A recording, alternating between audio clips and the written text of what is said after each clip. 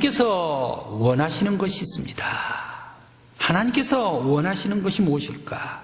온 세상 사람들이 하나님의 뜻을 알고 하나님의 형상 닮아가지고 그러면서 거룩한 백성이 되어서 하나님께 영광 돌리는 사람들이 되기를 원하는 것이 하나님의 소원일 것입니다.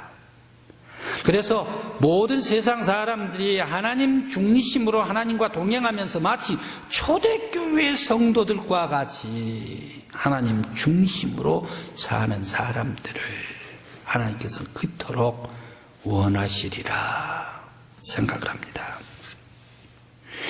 하나님께서 원하시는 하나님의 중심으로 사는 사람들이 성경에 있습니다. 아브라함이 그렇죠, 이삭이 그렇죠, 요셉이 그렇죠, 다윗이 그렇죠. 그러면서 나중에는 바울이 그렇죠. 바로 이런 모든 사람들이 하나님 중심주의로 살아갔던 사람들입니다. 그런데 가만히 사회를 보고 가만히 세상을 바라보면 과학은 첨단으로 발전합니다. 기계도 IT 산업으로 엄청나게 발전해 장족의 발걸음으로 발전을 합니다. 그런데 왜 이상하게 과학이 첨단으로 발전하면 할수록 덩달아 사람들의 타락한 것도 점점 빠르게 타락하고 그러면서 사람들은 또 어떻습니까? 왜 그리 먹고 튀는 놈들이 많아지는가? 왜 이렇게 먹고 튀어버리는? 그러면서 크게 먹고 튀는 사람들도 똑같이 더 많아질까 생각을 해봅니다. 아마 그것은 이 세상에서 창조주 하나님 중심으로 살아야 되는데 하나님 중심을 버려버리고 인간 중심으로 살기 때문에 인간의 약하고 나약하고 연약하고 유약한 그리고 죄로 가는 악으로 가는 경향성이 많은 그런 인간 중심으로 살아가는 사람들이 많기 때문에 과학이 아무리 발전한다 하더라도 그거보다 더 빠르게 더 많은 것을 먹고 튀는 놈들이 많아지는 것이 아닐까 생각을 해봅니다. 바로 이러한 사람들, 인간 중심으로 살아가는 사람들이 있습니다. 바로 그 사람들은 누구일까요? 공산주의가 그런 것 같아요. 공산주의. 공산주의는 태동이 언제 시작이 됐습니까? 왜 이 공산주의, 소비에트 공산주의, 이 소련의 공산주의는 20세기 초에 태어나가지고 20세기 말에 70년 딱 되고 몰락해 버렸을까? 왜 그랬을까? 생각을 해봅니다. 공산주의는 1917년에 2월 14일 페테스부르크 네바강에서 함포로 공산주의자들이 황제궁을 공격함으로써 시작이 되었습니다. 그러면서 황제가 너무 많이 백성들을 수탈을 했다. 그래서 이후로부터는 노동자와 농민들을 잘 살게 해주겠다. 이런 캐치프레이즈를 걸면서 시작이 됐습니다. 그러면서 1918년 8월 7월에 이 마지막 러시아의 황제 니콜라이 황제 가족들을 우랄 산맥 쪽으로 유배시켜 버립니다. 그러면서 그 유배당한 그 집에 지하로 데려가서 가족 사진 찍겠습니다 하고 줄을 세웠습니다. 그러면서 찰칵찰칵 찍었습니다. 찰칵찰칵 찍은 게 아니라 쾅쾅쾅 가족들을 하나씩 쏴 죽여버리고 말았습니다. 그러면서 이러한 공산주의가 이제 서기장을 중심으로 해가지고 노동자, 농민들을 위해서 잘 살게 되었는가? 훌륭하게 잘 살게 되었는가? 아닙니다. 공산주의, 소비에트 이 사회에서는 권력의 암투가 있었습니다. 그러면서 더 사람들의 욕심이 있었습니다. 욕망이 있었습니다. 그러면서 싸우면 싸웁니다. 처절하게 싸우면서 옛날 황제 시절 때보다 더 노동자, 농민들을 수탈해버리고 말았지 않습니까?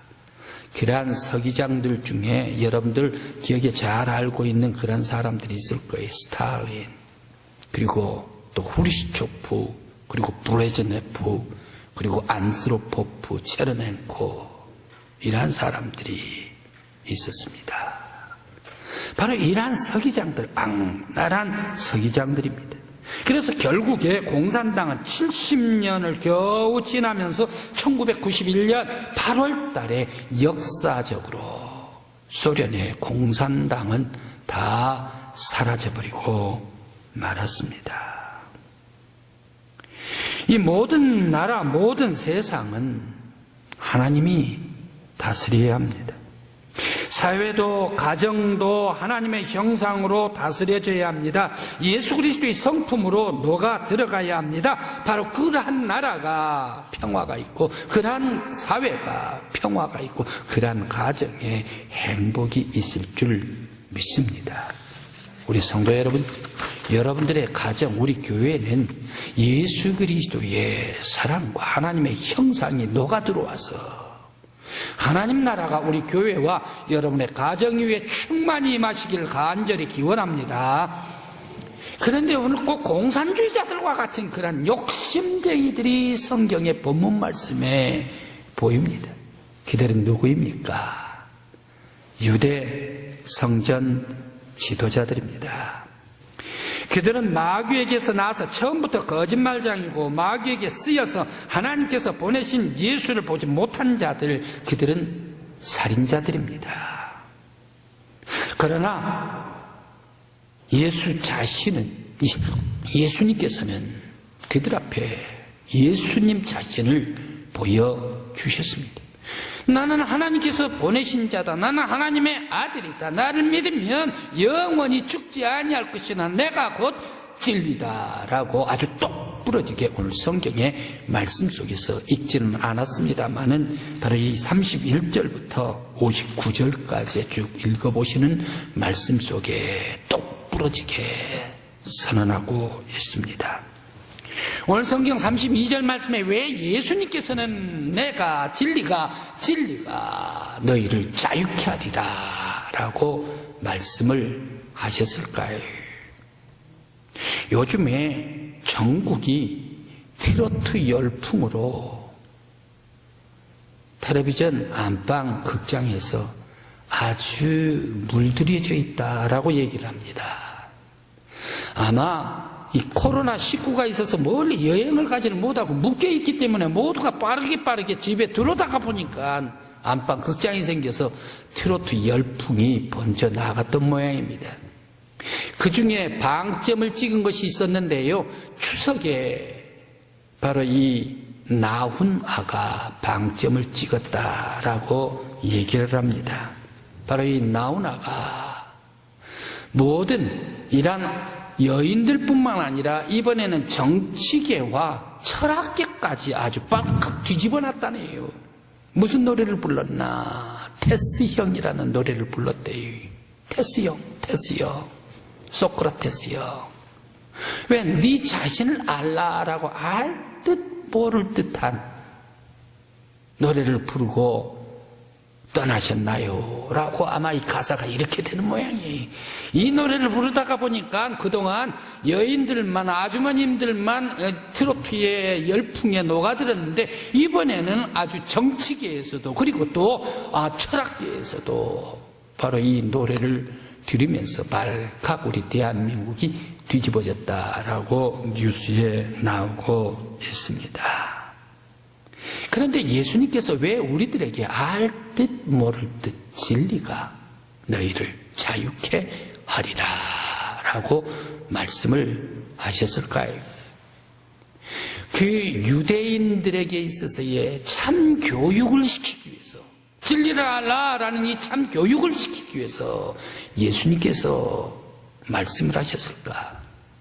아니면 바로 이 너희 유대인들은 죽기까지 영원히 진리를 알지 못하고 죽을 것이다 라고 예수님께서 그들을 비웃기 위해서 말씀을 하셨을까? 왜 예수님께서 진리가 너희를 자유케 하리라 라고 말씀을 하셨을까 생각을 해봅니다.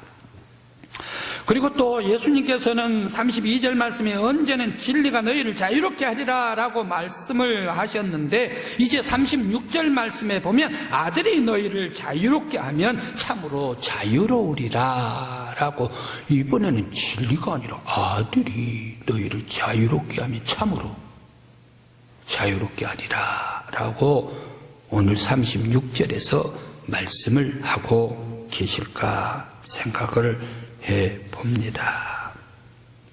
진리도 사람을 자유롭게 하고 아들도 사람을 자유롭게 하는가? 아니면 진리와 아들이 함께 동시에 사람들을 다 자유롭게 하는가?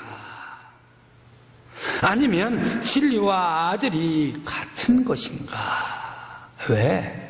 아들이 자유롭게 하면 너희가 참으로 자유롭게 되리라 라고 말씀을 하셨을까 생각을 해봅니다.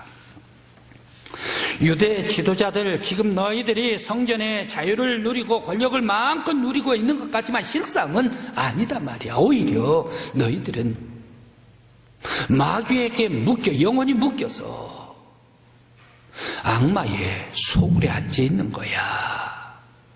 너희들은 율법에 갇혀 있어가지고 하나님께서 보내신 진리를 너희들은 보지를 못한 것이야. 너희들은 성전에서 최고 거룩한 채 하는 사람들인 것 같지만 너희들은 마귀에게서 나서 처음부터 거짓말하는 자들이요, 그러면서 욕심에 찬 길한 사기꾼들이다. 바로 이것을 말씀하십니다. 그러면서 너희들은 율법과 권능만 지키려고는 살인자들이야. 율법 바깥에 있는 사람들은 모두가 다 돌로 치고 죽이려는 살인자들이 너희가 아닌가. 주님께서 이들에게 말씀을 하고 있습니다. 그래서 너희들은 하나님이 보내신 진리가 필요 없고, 그리고 또 아브라함 이전부터 계시는 영원한 하나님의 아들을 너희들은 알지 못하고, 또 너희들은 악한 마귀에게 묶여서 사랑하기 위해서 오신 예수에게 돌을 던져 죽이려는 자들이다. 그러나 너희들은 하나님을 알아야 된다. 너희들은 진리를 알아야 된다.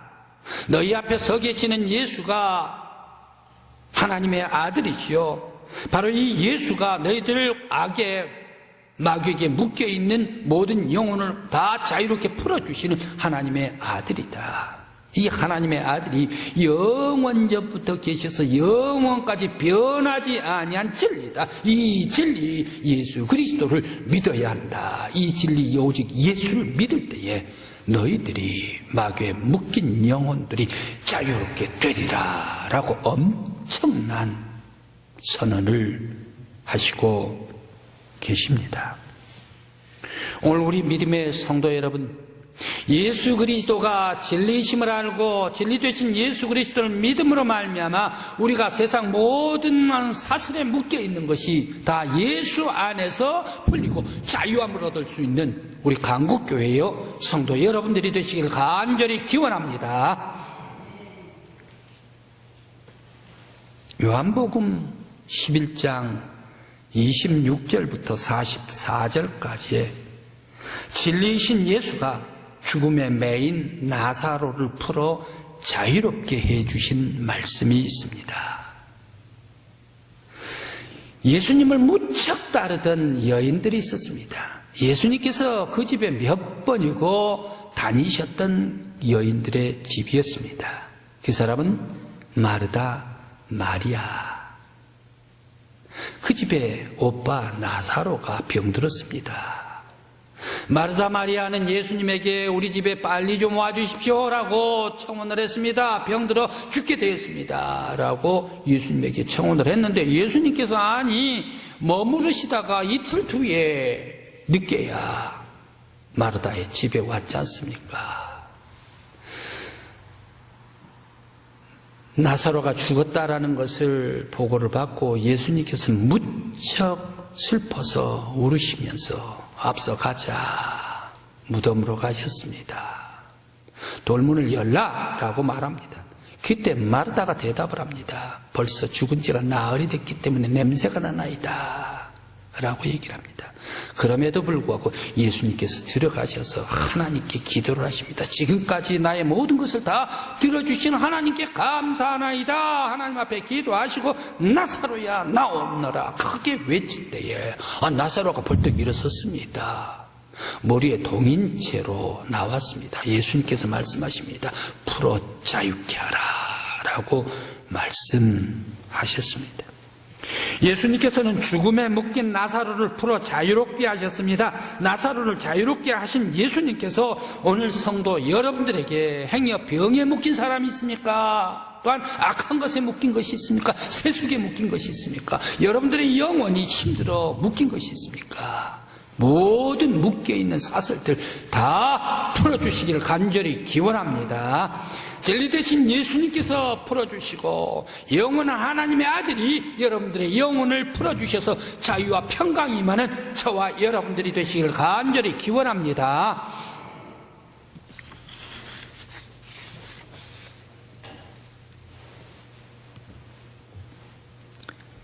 성전은 진리 안에서 자유로워야 합니다.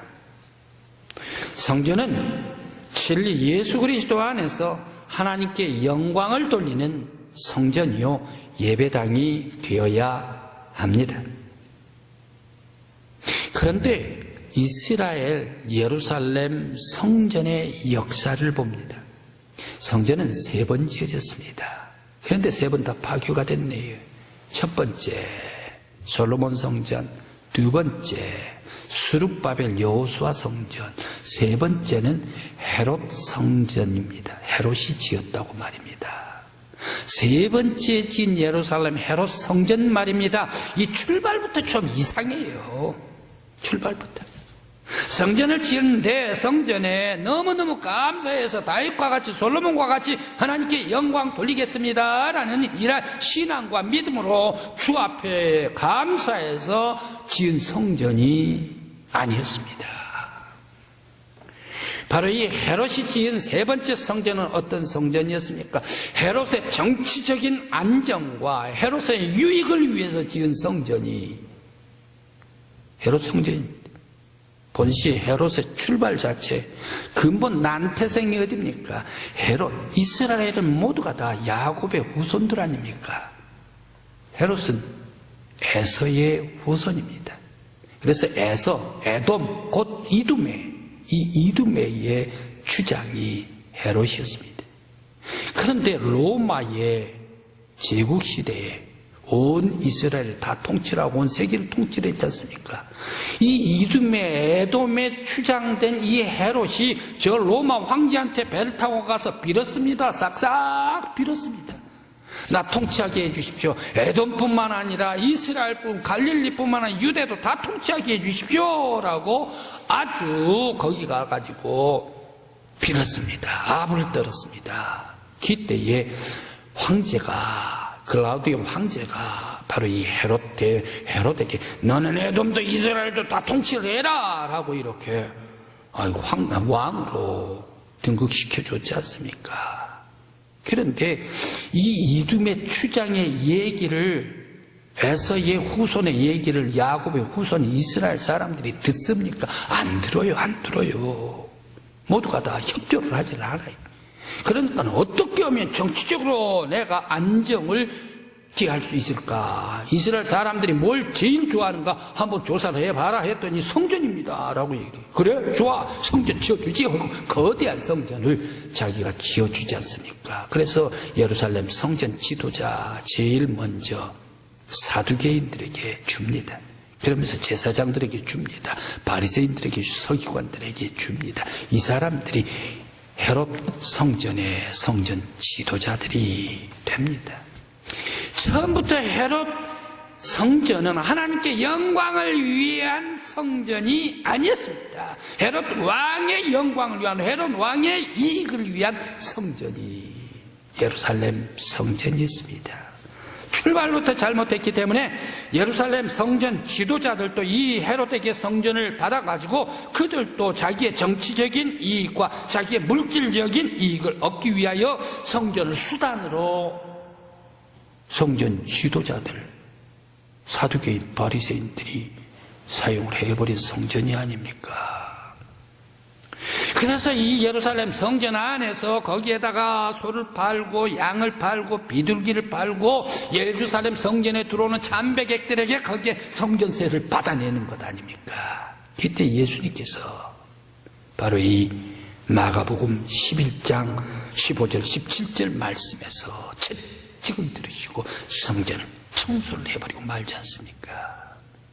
왜 하나님의 거룩한 영광이 있어야 할 하나님의 집에 왜 이런 마귀의 새 속에 장사하는 그러한 어지러운 시작바닥이 되어버렸느냐 말이야. 양을 쫓아냅니다. 소를 쫓아내서 성전의 동궤를 엎어버립니다. 그러면서 예수님께서 선언하십니다. 바로 이 집은, 하나님의 집은 여호와 하나님 앞에 만민이 기도하는 집이야 라고 선언하십니다. 성전은 사람의 욕심이 있어서는 안 됩니다. 성전은 어떤 사람이 지었다 하더라도 사람들의 영광이 있어서는 안 됩니다. 오직 하나님께 영광이 있는 곳이 하나님의 집이요 성전입니다.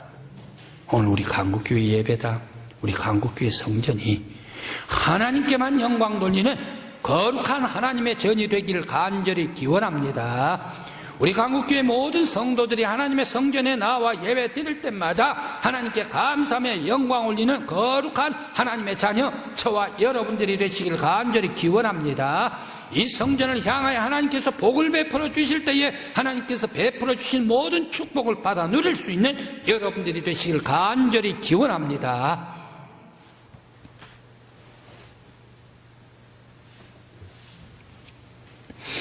세상에 진리가 무엇이 세상의 진리일까요?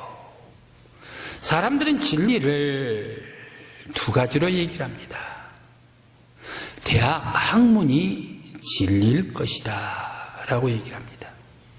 또 변하지 아니한 금이 진리일 것이다 라고 얘기를 합니다. 변치 않는 것, 영원한 것이 진리이기 때문에 과연 그러면 학문이 진리일까요? 대학교 정문 앞에 가면 경문이 붙어 있습니다. 진리의 전당 상하탑의 학원 바로 이 무슨 대학입니다 라는 것이 써져 있습니다. 그래서 대학교가 진리의 전당이라 대학 학문이 영원한 진리인가? 그런데 학문의 말입니다. 특성이 말입니다. 정반합이라는 게가 있어요. 이게 맞다 라고 딱 얘기를 하면 그 다음에 시대가 엎어버려요. 반을 해버려요. 그래 반을 나왔는데 또 그것이 그러면 진리인가 보다. 그런데 또 그 다음 나오는 사람은 또 엎어버려요. 그래서 정반합. 합이 그러면 명제인가? 이 명제도 또 엎어버려요. 그래 정반합이 다시 돌아가요. 계속 학문은 어떻습니까? 명제라고 얘기를 하면 엎어버리고 또 명제라고 얘기를 하면 또 뒤집어버리고 하는 것이 학문. 이 학문이라는 것은 영원하지를 않습니다. 변한 것이란 얘기예요. 변한 것이 있다면 진리가 아니죠. 변해버리면 진리가 아니죠. 또 금이 변하지 아니한 진리일까요?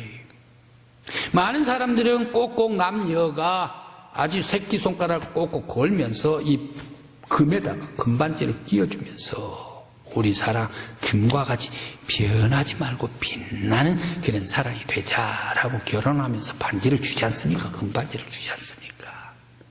근데 지금부터 한 40년 50년 전에 어떤 안악이 빨래를 이고 돌에다가 빨래를 비빕니다. 돌판 빨래판을 위에다가 빨래를 비빕니다.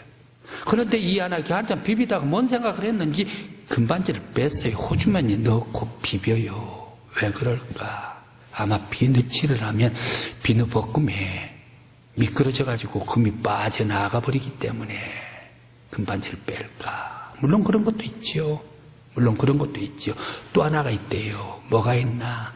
바로 이 금반지를 손에다가 끼고 문지르게 되면 이 금반지가 돌에다가 문지르다가 보면 금반지가 닳기 때문에 질량이 닳았기 때문에 그 아끼기 위해서 금반지를 뽑아 호주머니에 넣는답니다.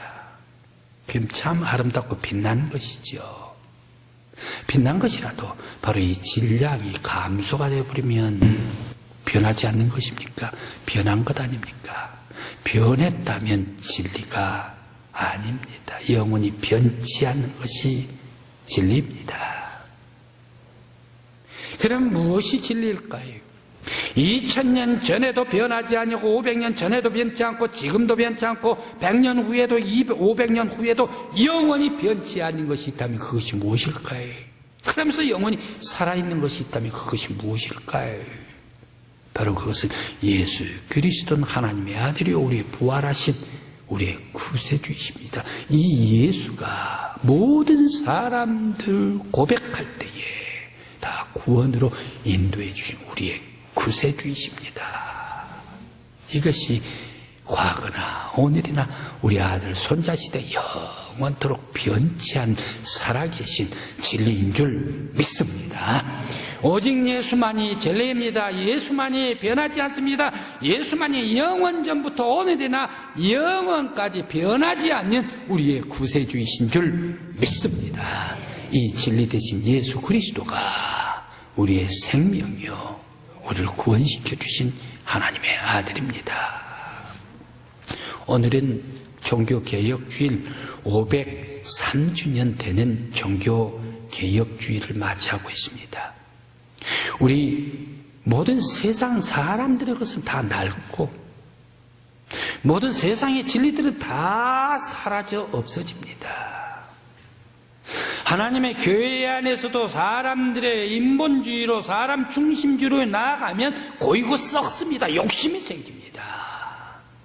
그러나 영원히 변하지 아니한 예수 그리스도의 사랑의 반석 위에 교회를 세울 때 날마다 새롭고 날마다 은혜요 날마다 축복이요 날마다 소망이요 날마다 용기가 가득할 줄 믿습니다. 우리 구석구석 자리 잡은 모든 유대 성전 지도자들과 같은 욕심, 인본주의 다 벗어버리기를 바랍니다. 우리 교회는 오직 진리 대신 예수 위에 반석 위에 세워지신 아름다운 교회가 되어 예수 그리스도께서 재림하실 때까지 주 앞에 설 수 있는 거룩한 교회, 아름다운 교회, 저와 여러분들의 교회가 되기를 간절히 기원합니다. 기도드리시겠습니다.